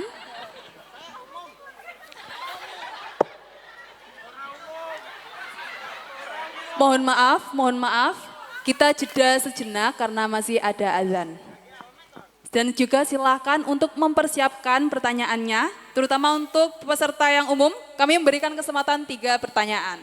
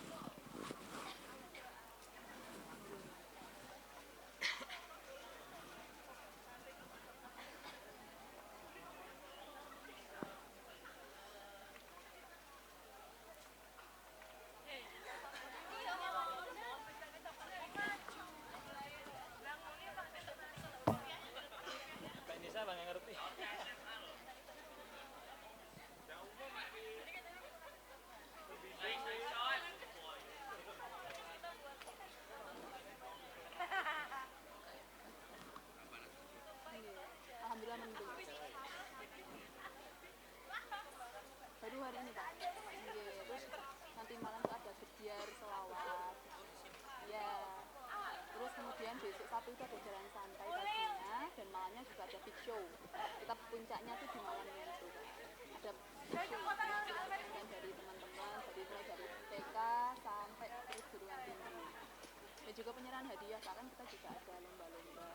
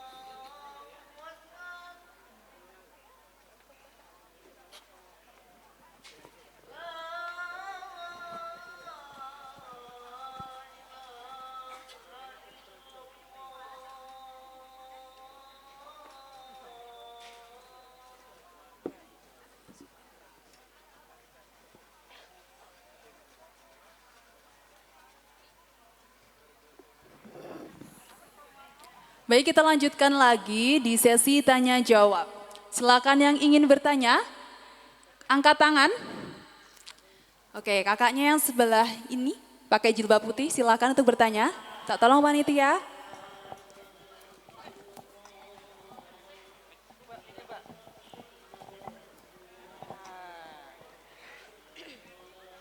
Assalamualaikum warahmatullahi wabarakatuh. Perkenalkan, nama saya Mailia Putri dari SMA Wahidiyah Balen, Bojonegoro.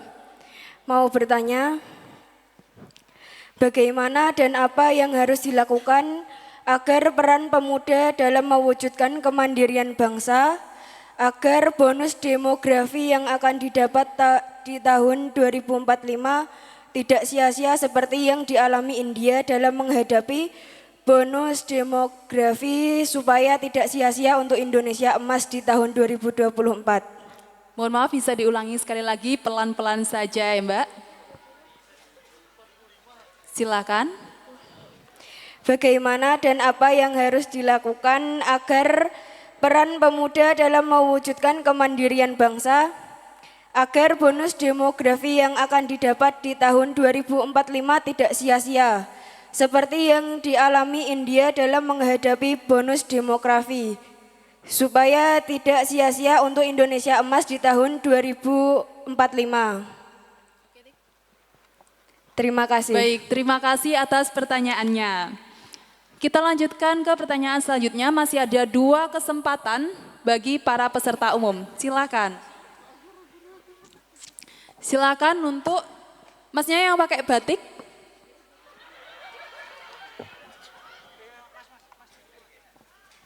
Panitia minta tolong mic-nya.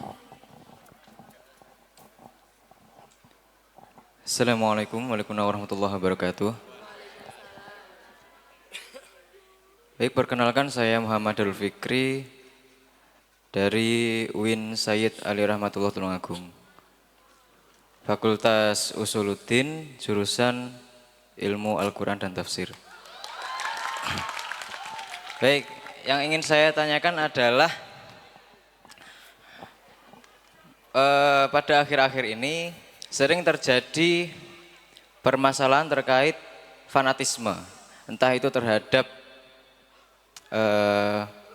acara pengajian ataupun partai-partai politik. Nah, sedangkan sikap fanatisme ini dapat memicu kedangkalan berpikir atau cacat berpikir. Nah, saya ingin meminta pendapat Bapak terkait maraknya fanatisme yang menjadi rintangan pemuda dalam mewujudkan kemandirian bangsa. Terima kasih. Assalamualaikum warahmatullahi wabarakatuh. Waalaikumsalam warahmatullahi wabarakatuh. Terima kasih atas pertanyaannya, kami tampung dulu. Masih ada 1 kesempatan lagi untuk pertanyaan. Baik, tadi ada adik yang di sebelah depan ini sedang mengangkat tangan, silakan. Bismillahirrahmanirrahim. Perkenalkan, nama saya Muhammad Arif Triharyanto dari SMP Wahidiyah kelas 8. Saya mau nanya Pak, sebagai siswa SMP, bagaimana cara kami siswa SMP mewujudkan kemandirian bangsa, dengan cara seperti apa? Dan gimana cara kami menyadarkan teman-teman kami yang menghambat kemajuan bangsa? Yang biasanya dikasih tahu itu ngeyel gitu Pak, padahal dia udah jelas-jelas salah, tapi dikasih tahu itu ngeyel, malah nganggap yang ngasih tahu itu aneh gitu Pak. Oke, makasih. Baik, terima kasih atas pertanyaannya. Oke, kita sudah memiliki 5 pertanyaan, 2 dari mahasiswa Universitas Wahidiyah, 1 dari SMP, dan juga ada dari SMA, dan juga tadi ada dari UIN Tulungagung. Ya, oke, sudah lengkap. Oke, lanjut. Untuk jawabannya, kami persilahkan kepada Profesor Agung. Silakan, Bro. Matur nuwun.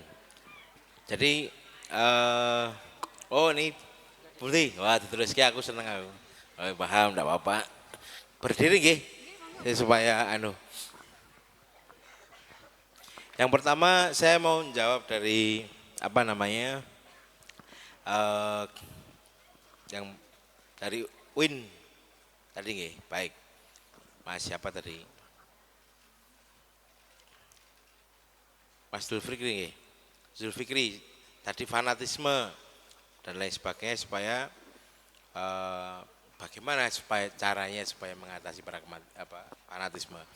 Mas, jadi Mas Didi ini, Pak Didi ini adalah salah satu pengurus Solo Bersimfoni dan saya juga merupakan mungkin founder gitu ya dari Solo Bersimfoni. Pada waktu itu 7 tahun yang lalu ada yang namanya radikalisme. Radikalisme itu adalah suatu yang menurut saya kristalisasi dari fanatisme tersebut. Radikal. Bukan radinakal loh ya, tapi radikal. Kadang-kadang radikal ini radinakal, bukan. Radikal ini yang lebih membahayakan adalah ketika radikalisme itu menuju kepada violenisme. Ya, violence itu adalah kekerasan. Ini yang kemudian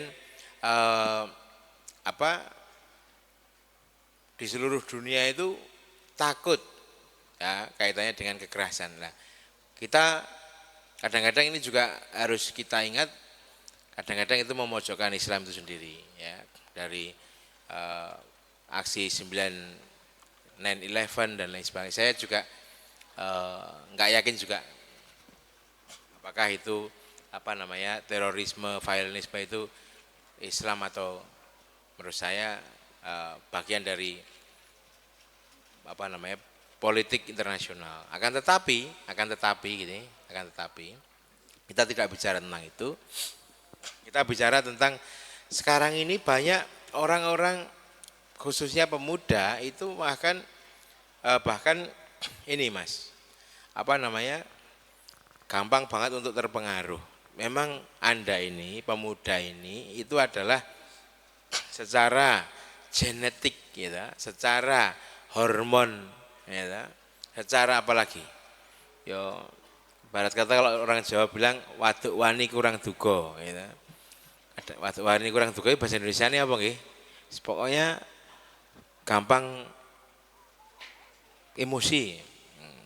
Itu memang kemudian malah justru dimanfaatkan oleh orang-orang tertentu untuk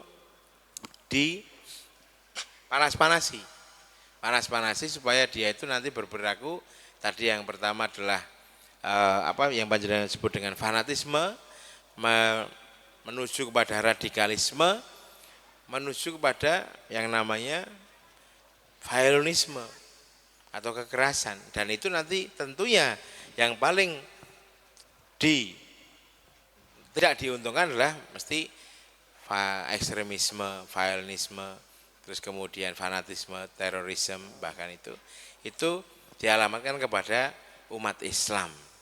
Nah, maka kadang-kadang mereka menggunakan ayat-ayat. Nah, saya mau sampaikan bahwasanya kalau kita melawan ayat dengan ayat, wes koyo debat kusir malah. Gitu. Jadi tadi yang ditanyakan oleh panjenengan tadi adalah gimana cara melawannya, itu ta. Nah, caranya adalah panjenengan ditekne wae wis, orang-orang yang seperti itu ditekne diemin aja gitu. Nah, kalau kemudian dalam konteks gerakan ya fanatisme dan lain sebagainya itu kami dari Solo Bersimfoni itu dilawan bukan dengan ayat, tapi dilawan dengan budaya. Ya, karena budaya itu sifatnya adalah netral. Contoh nggih, tadi Mas Didi menyampaikan mengenai guyub rukun itu.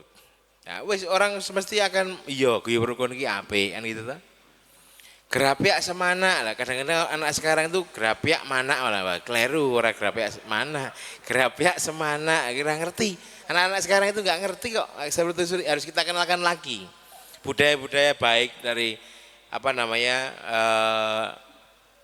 Jawa ya, tidak hanya Jawa nggih, tadi ada yang nyanyi dari Aceh, mesti saya yakin ada budaya baik Aceh, budaya baik Kalimantan, kita gali.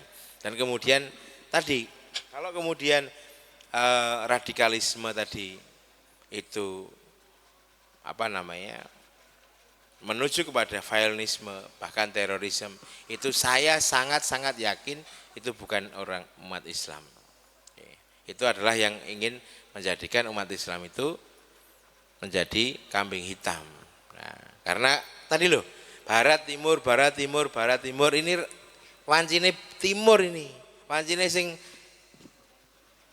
memimpin peradaban dunia ini timur, dan timur itu orang barat takut kalau itu dari orang Islam, kan gitu.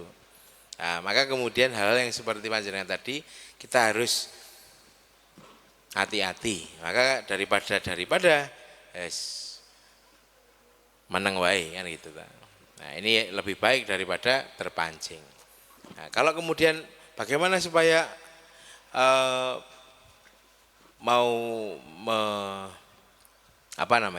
saya hubungkan dengan tadi panjenengan tadi pentingnya literasi.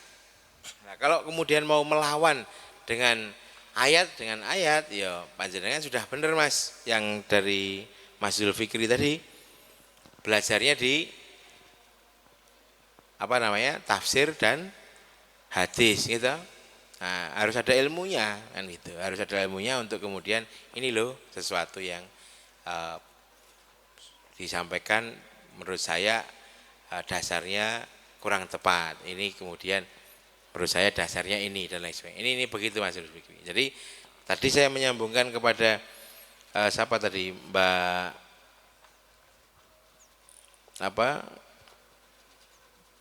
Mas apa ya tadi?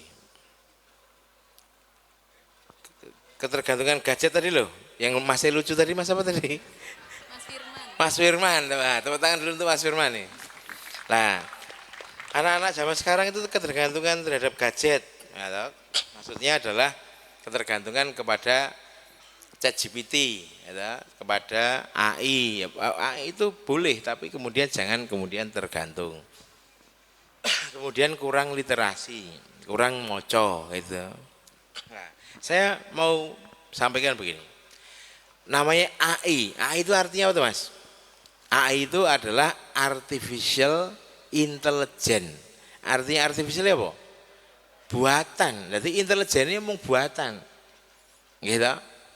Artificial intelligence. Kecerdasan buatan. Nah, sekarang saya kembangkan. Ada yang namanya artificial spiritual. Iya ada. Artificial spiritual ya, Bo. Contohnya pusoko. Teman-teman kalau saya mau lihat pusoko, wah macam-macam gitu. Bukan, itu juga bukan spiritual yang seasli-aslinya. Tapi itu hanya spiritual buatan. Sarono, kalau bahasa Jawanya sarana. Nah, ini adalah artificial intelligence, itu juga intelijen buatan. Ini adalah hanya sarana. HP tadi adalah hanya sarana. Maka kemudian yang paling penting adalah apa? Panjenengan intelijen sendiri. Tiba-tiba wawancara orang go HP bingung, Mbah kira mudeng kan begitu kan? Nah, intelijen itu bukan berarti intelijen itu bukan pintar ngomong loh. Bukan karena pinter-pinteran ngomong, bukan loh. Tapi kemudian bagaimana bisa intelijen tadi, ya seperti yang saya sampaikan, kebermanfaatannya. Kemanfaatannya apa sih?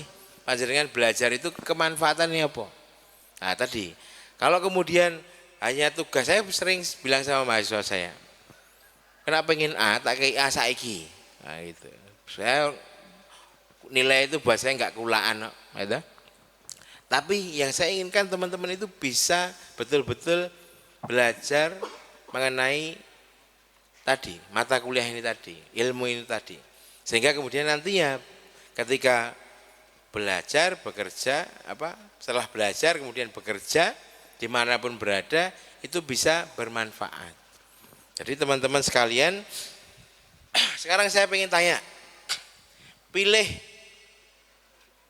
diarani pinter tapi bodoh, ya sekali lagi, pilih diarani pinter tapi bodoh, apa pilih diarani bodoh tapi pinter? Nah, ini ya diarani pinter tapi pinter. Nah, diarani pinter tur pinter kan itu. Nah, orang yang ketergantungan apa-apa tanya kepada ChatGPT atau yang lainnya itu hanya pengen diarani sakjane bodoh tapi gen diarani pinter. Itu hanya sarono loh ya. Nah, terus kemudian tapi ternyata nggak mudeng apa-apa. Nah, terus ngapain? Ya toh? Mending Anda iso katakanlah tadi Mas apa tadi? Mas siapa tadi? Firman. Mas Firman. Kowe ngerti lah tentang jurusnya apa Mas Firman tadi? Apa? Hukum keluarga Islam contohnya. Mas Firman bisa nggak ngitung mengenai hak waris bagi ipar contohnya. Contohnya loh Mas ya, kan itu yang dipelajari kira-kira. Mending ngomong, saya belum belajar itu Pak tentang itu, saya tak belajar dulu nggih. Nah, ketoke bodoh tapi sakjane aslinya pinter. Akhirnya kemudian belajar buka pelajaran, akhirnya nanti ilmunya itu masuk pada Mas. Tapi begitu, oke tenang Pak, saya pelajari dulu. Wah golek HP langsung didididit. Wah ini Pak, ini kita ngomong sisuk lali. Nah ini penting mana? Apakah kemudian etok iso apa memang iso? Ya mestinya lebih baik memang sakjane iso. Nah inilah tadi hanya sarana, HP itu hanya sarono, ya sarana. Maka kemudian supaya tidak bergantung, nah, supaya untuk tadi pintar membaca tadi, ya panjenengan harus piye ya supaya senang membaca tadi, supaya senang belajar tadi gimana? Nah, dimulai dari apa? Dimulai dari yang kita sebut kebutuhan. Ya, kebutuhan, saya itu memang butuh membaca. Saya mau cerita salah satu kuliner. Mas Didi ini mungkin bisa cerita nanti. Ada kuliner namanya, bisa di search di Dapur Tara, di Instagram namanya Dapur Tara. Itu di tengah hutan, Labuan Bajo, tengah hutan, dan pesannya itu harus 6 bulan sebelumnya. Bayangkan, pesan itu harus 6 bulan sebelumnya dan setiap hari ngantri. Setiap hari itu ngantri. Saya sama Mas Didi itu pesan di Dapur Tara Flores itu 6 bulan sebelumnya. Wah, di tengah hutan harus jalan jauh gitu ya. Terus sampai sana dijelaskan, Pak kita ini adalah memasaknya menggunakan meditasi, Pak. Wah sangar. Pak jane nang Jawa ya eneng, masak nang pawon nganggo kayu bakar. Itu dia bilang meditasi.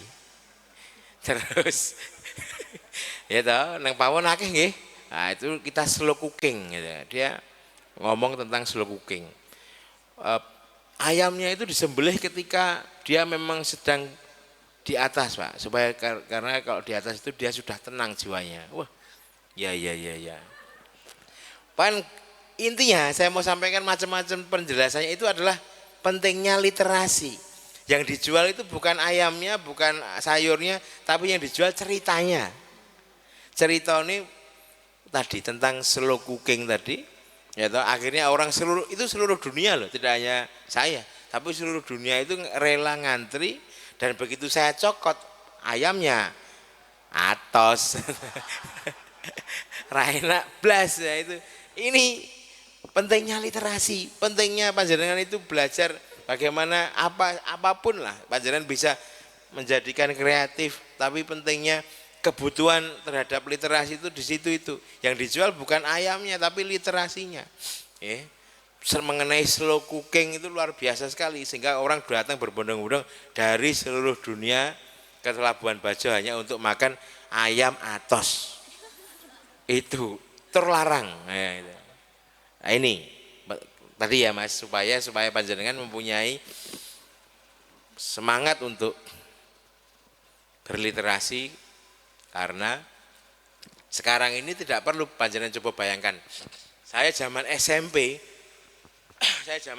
itu kira-kira tahun 95. Itu komputer itu internet itu baru ada dan belum ada Google. Bayangkan, belum ada Google. Nah, alamat website itu buku tebelnya segini nih. Tebel segini nih. Isinya aku pengen nonton tentang ban gitu ya. Ban. Cari. Wah, ini ban, alamat ban. Ketik www.goodyear.com. Itu di situ nggak ada, kita mencari di sekarang Google ban, tire, langsung seret metu alamatnya. Dulu belum ada 95. Itu aja kita luar biasa, angkatan-angkatan itu sampai ada bukunya, buku website. Bayangkan.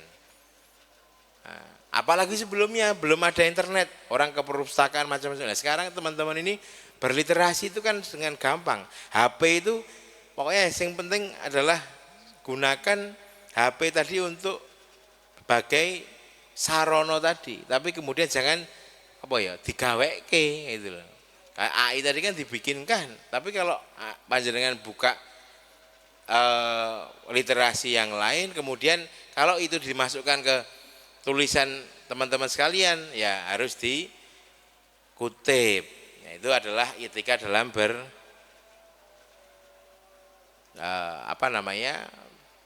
akademik, ya. Etika akademik ada di situ. Tapi kalau tidak untuk nulis apa-apa, nggak apa-apa, baca terus. Ini bisa dari gadget kita. Kemudian berikutnya bagaimana bermain judi online. Kok bermain judi online? Bagaimana supaya kita untuk mengurangi judi online. Nanti dijawab oleh Pak Didik nggih.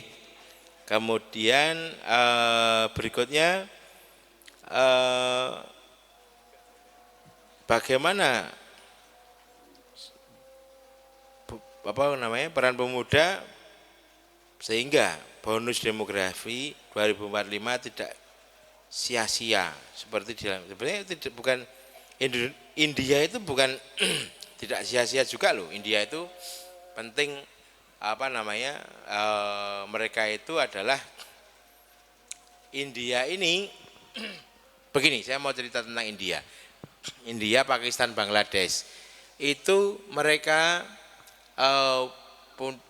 penduduknya banyak banget ya. India itu penduduknya banyak sekali.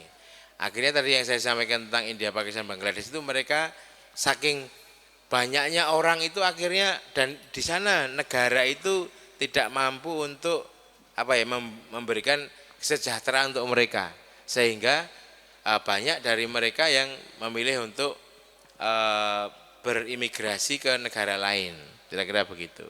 Sehingga menempati Amerika, menempati Inggris, menempati Jerman dan lain sebagainya itu dari IPB, karena mereka itu pintar-pintar loh. India, Pakistan, Bangladesh itu orangnya pintar-pintar sekali.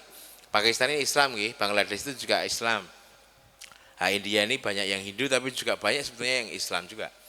Nah, yang mau saya sampaikan adalah India, Pakistan, Bangladesh ini mereka banyak korupsi di sana, sehingga akhirnya orang menjadi malas untuk hidup di India. Akhirnya mereka karena pintar-pintar mereka di luar negeri. Nah, sekarang yang terjadi di Indonesia ya, jangan sampai kemudian ya, bedanya dengan Indonesia. Indonesia itu kalau di luar negeri pengennya mulai nang Indonesia, nang Jawa lah. Ini orang Jawa ya. Panjenengan mau kemana-mana, tapi pengennya mati nang Indonesia, nggih mboten. Nah, banyak orang yang seperti itu. Presiden Amerika pernah bilang seperti itu. Saya tuh senang banget sama orang Indonesia, tapi mereka tuh mesti pengen pulang ke Indonesia. Nah, kalau orang-orang mereka India, Pakistan, Bangladesh, mereka wes wegah lah karena tanahnya itu sudah nggak bisa dijaga, kira-kira begitu. Ya, pemerintahnya korup, ada perang bahkan gitu. Indonesia itu sakjane betul-betul negara aman, makmur, damai. Luar biasa kita hidup di sini itu enak banget. Oke. Nah, maka kemudian kita harus bangga terhadap itu. Nah, pertanyaan tadi, jawaban saya adalah kita harus bangga sebagai bangsa Indonesia. Sekarang teman-teman pemuda-pemudi, panjenengan, teman-teman sekalian, stop ngelek-elek Indonesia. Wes. Jadi ojo ngelek-elek Indonesia. Jangan kemudian menjelek-jelekan bangsa kita sendiri. Gatel nang Indonesia, kowe iki wong ngendi ngono ta? Macet nang Indonesia kowe wong ngendi? Makanya kemudian segera belajar yang baik, segera lulus dan segera benahi itu. Itu tugasmu. Oke? Dan sehingga kemudian apa yang kita lakukan tadi, pertanyaan Anda tadi simple. Bangga sebagai orang Indonesia, anak Indonesia, pemuda Indonesia. Tepuk tangan dulu untuk kita semua. Bangga sebagai pemuda Indonesia.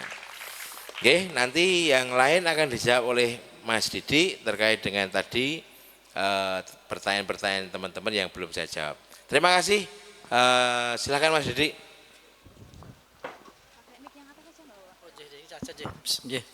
Matur suwun Prof. Dono nggih. Saya mungkin akan menjawab yang tadi yang cukup menarik masalah judi online nggih. Jadi judi online tadi seperti terjadi sebenarnya juga banyak di instansi-instansi terutama saat ini tidak hanya di universitas tapi beberapa penelitian juga menunjukkan bahwasanya di tingkat SMA, SMP pun juga sudah ada. Nah ini salah satu hal yang menjadi PR kita bersama. Salah satu hal yang mungkin efektif dan efisien, teman-teman bisa juga melakukan suatu bentuk kampanye di media sosial. Saya yakin teman-teman di sini sudah mempunyai media sosial juga bagaimana dampak judi online itu. Salah satunya kalau teman-teman melihat kemarin ada podcastnya Deddy Corbuzier bersama dengan salah satu orang yang memainkan judi online, itu maksudnya penyedia judi online-nya, bukan orang yang mainkan. Ternyata kalau dilihat bahwasanya saya pas melihat itu cukup geli juga. Dalam artian adalah ternyata judi online itu kan bisa dimainkan. Misalkan si A nih, si A itu main judi online. Yang pertama dia store 10.000 gitu ya, misalkan 10.000. Oke, satu kali, dua kali, memang dikasih menang. Yang ketiga langsung diubah fiturnya gitu. Habis itu langsung kesedot semua gitu ya. Itu langsung pas saya lihat podcastnya Deddy Corbuzier itu langsung Deddy Corbuzier main di situ gitu, langsung kelacak ID-nya Deddy Corbuzier berapa gitu. Jadi sudah bisa diketahui ini mana orang yang bermain. Jadi mungkin salah satu hal yang kita bisa lakukan adalah ini berkaitan juga tadi ada yang bertanya tentang literasi. Bagaimana tadi literasi digabungkan dengan judi online. Salah satunya kita bisa melakukan kampanye-kampanye yang berbentuk terkait bahaya judi online ini dalam bentuk hal-hal yang sederhana. Salah satunya mungkin bisa di TikTok. Itu kita membuat kampanye-kampanye positif. Jadi TikTok itu jangan hanya dijadikan hal yang saat ini banyak hal yang mungkin menuju ke arah-arah negatif itu ya.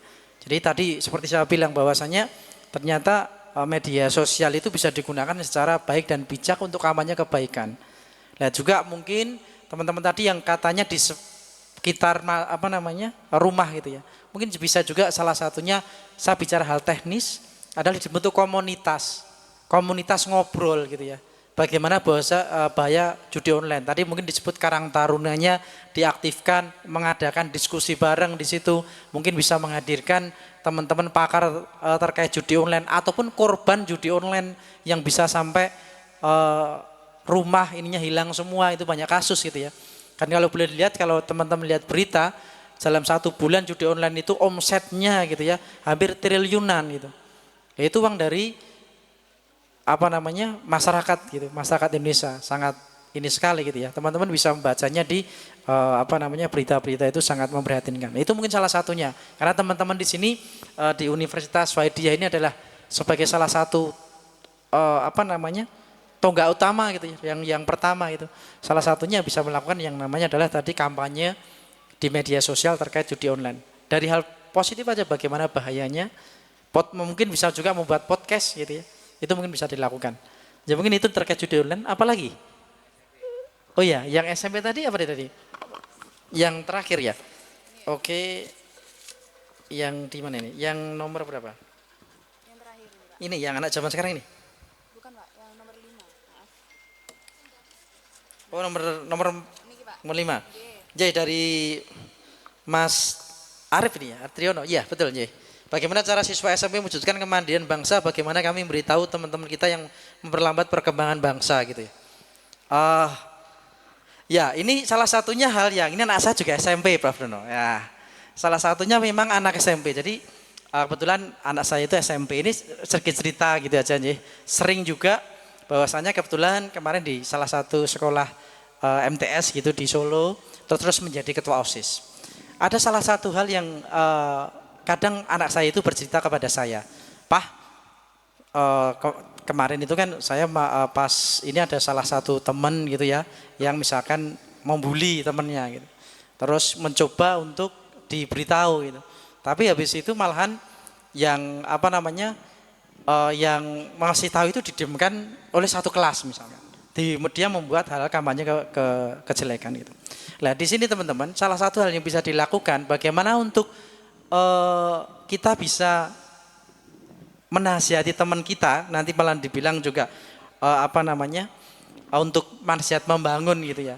Salah satu hal yang bisa dilakukan adalah dari komunitas terkecil. Tadi saya sudah bilang bahwasanya kalau tingkat SMP itu komunitas terkecilnya apa, atau misalkan dari organisasi, misalkan OSIS dengan kampanye nilai-nilai tadi. Ya, salah satunya itu aja mungkin yang bisa dilakukan tadi mungkin membuat konten bareng, film-film pendek gitu loh. Salah satunya ini yang kami lakukan di Solo Bersimfoni ternyata sangat efektif. Anak-anak SMP itu membuat film durasi 2 menit yang bertema tentang hasta laku. Tadi ada gotong royong, guyub rukun, gerapak semana gitu ya. Dengan tema banyak banget. Bapak Ibu nanti dan teman-teman bisa mencari di YouTube film hasta laku itu banyak banget. Dari situ ternyata ada hal-hal banyak perubahan. Perubahannya adalah banyak guru bercerita kepada kami, ternyata anak-anak SMP yang dulunya jadi pendiam, yang dulunya dibully, itu berani menyuarakan suaranya cuma dengan membuat film pendek gitu ya, dengan handphonenya gitu, 1 menit 2 menit yang bertema hasta laku. Kami dari Solo Bersimfoni cuma cukup memberikan apresiasi, kita kasih juara 1, 2, 3 gitu, hadiahnya nggak besar. Tapi itu ternyata di kalangan anak SMP itu cukup efektif dan efisien. Adalah meningkatkan yang namanya nilai-nilai tadi. Yang dulunya pendiam, yang dulunya dibully, yang mungkin dulunya istilahnya suka membuli itu diajak main film semua. Filmnya tentang bertema hasta laku. Jadi berubah. Nah, ini contoh kecil saja. Itu mungkin bisa dilakukan ya. Tadi bisa dilakukan antar teman, yuk buat film yuk yang bertema tentang kita membantu teman kita atau apa gitu. Nanti diikut lomba gitu.